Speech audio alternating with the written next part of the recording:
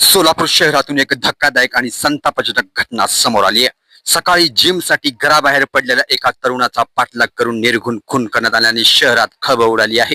मिळालेल्या माहितीनुसार सुरेश कृष्णा श्रीराम राहणार देसाईनगर असे मयत तरुणाचे नाव असून ही थरारक घटना 70 फूट रोड परिसरातील नीलम बेकरी जवळ घडली आहे. जुना वाद आणि मागील भांडणाचा राग मनात धरून अज्ञात मारेकऱ्यांनी सुरेश यांच्यावर जीवघेणा हल्ला केल्याची माहिती समोर येते. गेल्या अनेक दिवसापासून मयत सुरेश आणि आरोपीमध्ये वाद सुरू होता.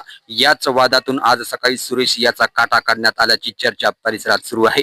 आरोपींनी प्रथम धारदार कोयत्याने हल्ला केला आणि त्यानंतर तोंडावर दगड घालून अत्यंत निर्दयी पद्धतीने हत्या केल्याची प्राथमिक माहिती समोर येते. या घटनेनंतर सिव्हिल रुग्णालय परिसरात नातेवाईक आणि नागरिकांची प्रचंड गर्दी झाली होती. आपल्या वडिलांचे पार्थिव शरीर पाहून सुरेश यांच्या लहान मुलांनी टाहू फोडल्याने उपस्थितांचे डोळे पाणावले आहे. हे हृदयद्रावक दृश्य पाहून अनेकांचे मन सुन्न झालं आहे.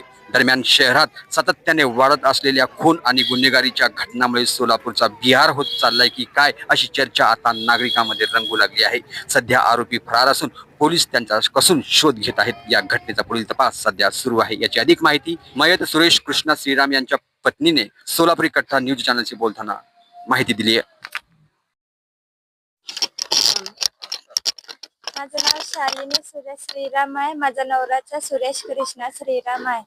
5 वर्ष पहिला घटना झालते, आप मर्डर केलते माझा नवराचा.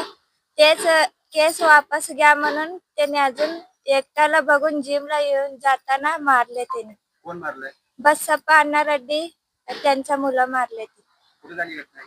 इथं माधव नगर मध्ये. कशामुळे झाली? पहिलाच होतं कुन्हाच त्यासाठी त्याने मारले. पहिला भांडण झालत आमचं.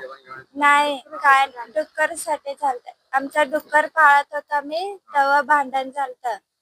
मी डुक्कर विकून आता आम्ही करून खायला लागलो. मग तेच कुणाच ठेवून मारलेत आमच्या नवऱ्याला. आप मर्डर केले 5 वर्ष खाली. मग ते केस केले आम्ही. त्यांचा सजा बसवायचा आता.